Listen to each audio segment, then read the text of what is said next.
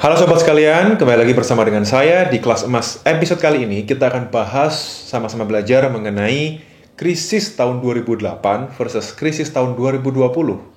Apa peluang emas yang bisa kita ambil dari dua krisis yang baru aja kita lewati, khususnya di tahun 2020 ini, yang mungkin masih terasa dampaknya ya, sampai saat ini agak masih ada bekas-bekasnya gitu ya. Tapi yang paling penting adalah untuk kedepannya kita bisa belajar dari krisis-krisis yang udah kita lewati baru-baru ini dan juga yang sudah agak lama yaitu tahun 2008 kemarin.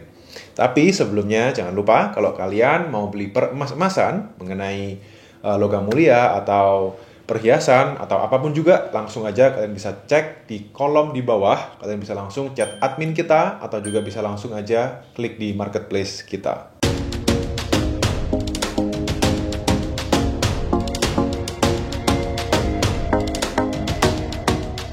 Oke, mula-mula saya akan jelasin dulu mengenai dua krisis yang paling akhir yang kita hadapi.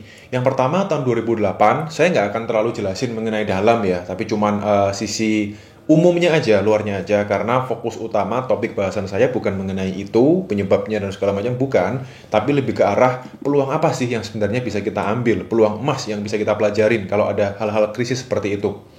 Tahun 2008 itu yang menyebabkan krisis adalah subprime mortgage, yaitu krisis, gampangannya itu krisis KPR di Amerika Serikat. Jadi waktu itu tuh terjadi yang namanya bubble property, booming property di Amerika Serikat. Orang-orang tuh pada beli rumah, beli apartemen, beli tanah, pokoknya hal-hal yang berhubungan dengan properti ya. Mereka itu beli semua. Banyak orang yang punya duit waktu itu, tahun 2008 di US, dimulainya sebenarnya tahun 2007, tapi 2008 tuh meletusnya. Nah, mereka tuh beli properti kan ya. Anggaplah misal nih, dia beli properti A senilai $100.000 US. Lalu dia nyicil kan di bank, di KPR kan. Nah, waktu proses menyicil, dia jual lagi properti itu seharga misalnya $150.000 US dollar. Lakunya anggaplah di $140.000 US dollar. Nah, dia berharap dengan laku $140.000 US dollar, dia bisa mengcover utangnya di bank yang $100.000 itu. Dipotong-potong bunga dengan biaya-biaya berapa, dia masih punya kembalian kan, punya untung kan. Misalnya anggaplah untungnya 30.000 setelah dipotong bunga dan sebagainya. Nah, itulah yang terjadi di Amerika Serikat. Tapi itu terjadi bubble waktu itu. Jadi satu orang tuh nggak hanya mencicil satu properti. Dia udah berhasil kayak gitu, dia terus lagi. Karena dia udah berhasil, dia terus lagi. Dan kadang dia langsung cabang dua. Dia punya uang nih, sekarang aku udah punya $130.000 US dollar orang tadi itu. Langsung dia cabang. Beli properti yang ini, juga beli properti yang ini. Yang ini dia beli 100.000, yang ini dia juga beli 100.000. Di DP yang ini 70.000, yang ini 60.000. Dicicil sambil dijual semuanya jadi 200.000. Dan ajaibnya waktu itu laku terus selama beberapa saat. Tetapi tahun 2008 meletuslah yang namanya subprime mortgage. Orang-orang pada nggak bisa bayar, gagal bayar, dan di Amerika terjadi krisis yang gila-gilaan. Bahkan kalau kalian ingat, nah, ada lembaga keuangan besar yang kolaps waktu itu. Salah satunya adalah Lehman Brothers. Ngeri banget waktu itu. 2020, itu yang menyebabkan krisis adalah karena virus, yaitu COVID-19. Nah, bedanya di mana? Bedanya adalah kalau yang dari 2008 itu penyebabnya adalah suatu tindakan ekonomi. Kalau yang 2020 itu benar-benar unexpected banget. Jadi nggak ada persiapan sama sekali dan penyebabnya benar-benar di luar kendali manusia karena virus COVID itu sendiri. Tetapi dua hal yang bisa kita pelajari dari sini adalah beberapa peluang emas yang bisa kita ambil ketika terjadi krisis seperti ini. Nah, tahun 2008, sekarang saya akan ngomong specifically di Indonesia ya, kondisi di Indonesia. Tahun 2008 itu kita masih dipimpin sama Presiden SBY waktu itu. Nah, kalau kita ngomongin mengenai harga emas, di tahun 2008, 2009, 2010, harga emas itu waktu itu masih, kalau dibandingkan dengan sekarang, murah banget ya. Kalau saya nggak salah ingat, harga-harga tahun segitu itu masih sekitar 200.000. Tahun 2007, 2008 itu kalau nggak salah harga emas batangan ya, 24 karat patokannya, itu masih sekitar 200 ribuan. Lalu naik jadi 300.000, naik lagi jadi 400.000. Jadi dalam waktu 2 tahun, karena ada subprime mortgage itu, harga emas itu naik 100% guys. Gila nggak tuh? Jadi gampangnya gini ya, orang yang megang emas itu carinya safe haven. Jujur, emas itu cuannya itu nggak bisa terlalu banyak banget kalau waktu kalian cuan di kripto atau di saham. Omong kosong lah kalau misalnya emas itu bisa dibilang cuannya itu paling banyak, itu bullshit ya, itu nggak mungkin gitu. Tapi saya mau ngomong waktu itu harga emas itu gila-gilaan naiknya. Jadi dari 200.000 kalian bayangin jadi 400, tapi itu di emas yang adalah bisa kalian cashkan langsung saat itu, which is sebenarnya almost impossible gitu ya. Dan itu tapi terjadi di tahun 2008 sampai 2010-11an ya waktu itu. Harga emas tuh kayak gitu. Dan kalau kita bandingin dengan di tahun 2020, harga emas tuh juga mirip-mirip seperti itu, tetapi kalau dihitung persentase nggak sama, udahan, karena harga emas udah tinggi. Jadi tahun 2019, harga emas tuh udah naik gila-gilaan sebenarnya. Kenapa? Karena kondisi perekonomian global di tahun 2019 itu udah nggak stabil. Udah mulai batuk lah istilahnya. Jadi tahun 2019-an itu harga emas udah naik dari sekitar 600 ke 700 ribu rupiah per gramnya. 2020 pecah jadi 955 ribu tertingginya kurang lebih. Dan itu kalau dihitung persentase emang nggak setinggi tahun 2008. Tapi kalau kalian hitung secara rupiahnya, spreadnya itu juga sama aja. Lebih tinggi bahkan ya. Karena dari 600 jadi 900. Kalau secara nominal lebih gede tahun 2020 ini. Kalau secara persentase lebih gede tahun 2008. Tapi di sini ada satu kesamaan, yaitu harga emas ini sama-sama naik. Tapi yang membedakan tuh gini, kalau saya coba survei ke masyarakat ya, saya coba ngobrol sama para pedagang gitu. Mereka itu pada bilang kalau 2008 tuh Indonesia nggak ada krisis. Indonesia itu. Nah, kalau tadi kita ngomongin harga emas, sekarang saya ajak nih, kita sama-sama belajar mengenai tren ekonominya. Tahun 2008, masyarakat tuh nggak merasakan adanya krisis, apalagi masyarakat kelas menengah atau menengah ke bawah, atau pedagang-pedagang UMKM, pedagang UKM, pedagang kecil, mereka pokoknya kan pikirannya cuma dagang, dan dagang, jualan aja, kerja. Yang kaum pekerja juga pokoknya gimana caranya mereka bisa kerja, supaya dapur tetap ngebul gitu kan. Nah, 2008 menurut mereka tuh bilang, emangnya ada ya 2008 krisis? Menurut mereka, nothing happen waktu itu. Fine-fine aja kondisinya. Kenapa? Satu hal yang paling penting adalah karena faktor PDB. Apa itu PDB? Ini nih definisinya PDB. Oke ya? Nah, itu adalah definisi PDB-nya. Dan PDB itu gampangannya kalau saya simpelkan, PDB itu adalah perputaran uang atas kegiatan ekonomi di satu negara tersebut. Jadi kayak anggapannya itu seluruh tindakan usaha perputaran ekonomi dari sektor apapun digabung itu jadi PDB. Gitu aja ya. Nanti itu macam-macam, ada PDB total gitu ya, PDB total dari suatu negara, ada PDB per kapita dan sebagainya. Nah, waktu itu tahun 2008, 9, 10, 11, 12, data yang saya dapat dari World Bank, Indonesia itu luar biasa banget pertumbuhannya malahan. Di saat negara-negara lain tuh lagi krisis ya waktu itu, 2008 tuh kan Amerika kena, merambat tuh ke Eropa juga kena karena Lehman Brothers tadi itu. Tapi Indonesia, amazingnya, waktu itu PDB-nya itu bisa naik sekitar 6% per tahun. PDB-nya 6% per tahun tuh gila banget sih kenaikannya.